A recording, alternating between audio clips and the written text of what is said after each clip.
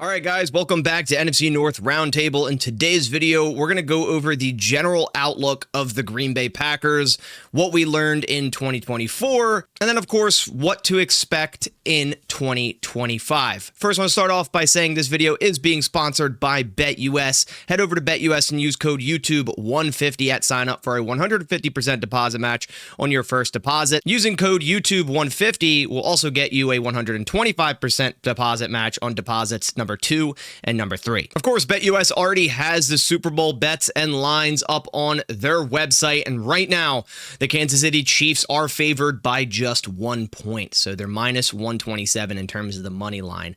I think at this point, I think I'm a Kansas City fan, and I think I'm going to go Kansas City. And I like this line, minus 1 point, right? You're only giving 1 point to the Philadelphia Eagles. How can you bet against the Kansas City Chiefs at this point? Every time I do, I lose. So I'm going for Kansas City in the Super Bowl. So if you're looking for a new sports book or simply want to place some bets on the upcoming Super Bowl, go check out BetUS and use code YouTube150. All right, so now back into the video. So we'll start off with what we learned from the 2024 Green Bay Packers. The season really didn't go the way a lot of us fans were expecting, at least what I was expecting last offseason. I had a ton of optimism.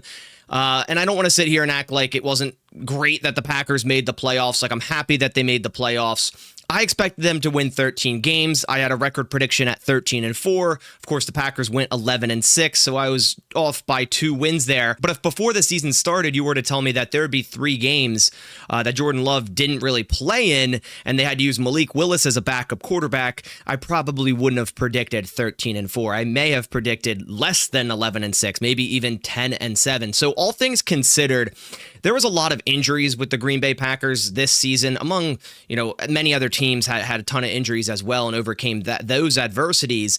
But Jordan Love didn't really ever seem 100% healthy throughout this season. Of course, right off the bat, injuring his knee week 1 against the Eagles, was out the next 2 weeks, returned against Minnesota, then had a groin injury throughout the season, then had an elbow injury late in the season. It just felt like Jordan Love wasn't his normal self through the entire season. He wasn't as mobile, he wasn't as comfortable being mobile, and it didn't seem like he was doing a great job with his footwork, setting his feet, which is a Jordan Love thing. He likes to throw off his back foot. He likes to kind of go against what quarterback coaches teach you.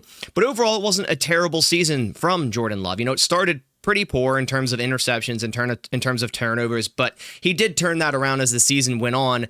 But it simply wasn't enough to get the Packers over the hump. They have some issues on this team. Josh Jacobs was a wonderful signing. Xavier McKinney was also a wonderful signing.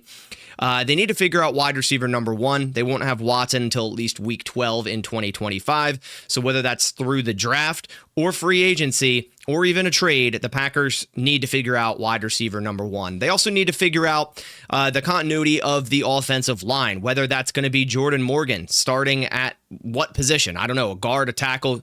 We'll have to see as 2025 comes around. Will they bring back Josh Myers? That's another big question mark here.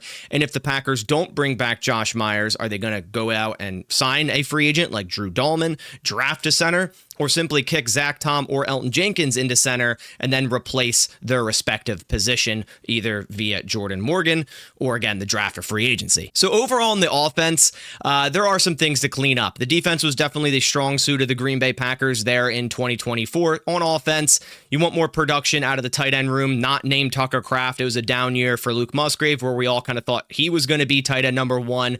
This running back room is loaded. Josh Jacobs, Emmanuel Wilson, Chris Brooks, Marshawn Lloyd, who we didn't get to see in his rookie season really at all. Now, Emmanuel Wilson is an exclusive rights free agent, but that's such a cheap deal, they'll definitely bring him back. Now, as for the defense in 2024, they switched from a 3-4 to a 4-3, hired coach Jeff Hafley, and this defense got a lot better. 2 seasons ago, 3 seasons ago, under Joe Barry, it seemed like every time we lost a game or late in the season, we could all blame Joe Barry. We're like, okay, this is not working. Our defense has the same issues over and over and over again. And in year 1, through a scheme switch and all, it looked a lot better. The Packers were a lot better against the run, and they were a lot better against the pass, and they didn't even have Jair for most of the season. They also were a lot better in takeaways. I believe they matched their previous year takeaways at like week 6 or 7 throughout the season, so a lot better in terms of getting takeaways, interceptions, and fumbles, and that was a big part because of their signing of Xavier McKinney, which was just a wonderful add for this team. Now, going into 2025, this defense also has a decent amount of question marks. Now, I like what they started in 2024, and they have a lot to build on. Again, this is the youngest team in the NFL, and they have some money to play around with here in 2025. Their salary cap right now sits at about $40 million, and they can make some more room if they need to, but there are question marks on this defense. I think they need to add a defensive lineman through the draft, right? At inside linebacker, Edgerrin Cooper is a rising star. He was the 4th highest graded PFF linebacker in the entire NFL last year and really started to get, starting snaps as the season went on. Got rookie of the month one month, got rookie of the week a couple times. So Edgerrin Cooper, definitely a rising star. Quay Walker, he'll be able to build on 2024, which is probably his best season as a pro. Definitely got a lot better as the season went on, struggled early on, but got a lot better, playing that mic with the green dot on his helmet. As for the safeties, we're set, right? Xavier McKinney, Evan Williams, Katana Oladapo, Zane Anderson, and Javon Bullard in a pinch if you need him back there, but he's more of a nickel corner. Now, where the Packers struggle and they have big needs are at cornerback and at edge.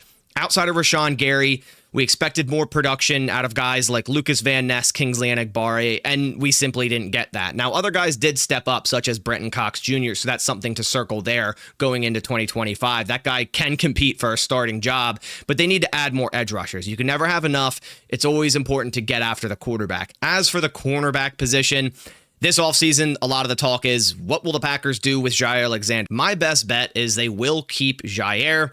It's going to be not enough savings in terms of what you have to replace, in my opinion, in terms of the salary cap, what dead money you have to eat, what you're going to save. And you're not really going to be able to replace what Jair brings when healthy through the draft right away, or even the free agency right away. There are some pretty solid cornerbacks in free agency, such as DJ Reed, Byron Murphy makes it to the market, maybe even a Paulson Adebo if he gets healthy once again. But it's not Jair Alexander when healthy. So I think the Packers are going to keep Jair, but I also think they're going to address this cornerback position through the draft, maybe even as well through free agency. They're losing Eric Stokes in free agency. I doubt they bring him back. Keyshawn Nixon, I thought, played pretty well at outside corner. They could upgrade, though. Carrington Valentine has a ton of potential, but again, I think they just need more depth and more competition in that corner room. So overall, I do expect the Packers to get better in 2025. Now, they did just give an extension to Rich Bisaccia, which is a hot topic, a controversial topic. A lot of people think he's getting paid way too much as our special teams coordinator and assistant head coach for our special teams to still be this bad. Now, the Packers did finally find a kicker in Brandon McManus. Now, he is an impending free agent, but the Packers would be dumb to not bring him back. Daniel Whelan, they have a solid punter there, really solid punter. But overall, their special teams unit has to get better, and hopefully it does, considering they just locked down Rich Bisaccia to a multi-year extension. But yeah, in 2025, I expect the Packers to do better than 11-6, but the NFC North, as we know, here on NFC North Roundtable, is the toughest division in football. And I know it didn't end well for any of our teams, right? Not a single NFC North team won a playoff game, which is just crazy, because if you told me that week 15, I'd say you're lying. And it wasn't even just because I thought the Packers were going to win a playoff game, but I never thought the Lions, the Vikings, and the Packers would all not win a single playoff game here in 2024-2025 postseason. So I think the Packers will get better in 2025. I think their record will get better, and I think Brian Gutekunst will go out and address the positions of need through free agency, maybe even trade, and of course through the draft. But again, the NFC North might even be even more difficult next year. We'll see what happens. Appreciate you guys coming by. Just wanted to talk about the Green Bay Packers here, the general outlook of 2024, then heading into 2025. Reminder to go check out BetUS and use code YouTube150 at sign up. I'll catch you on the next one, and as always, go Pack Go.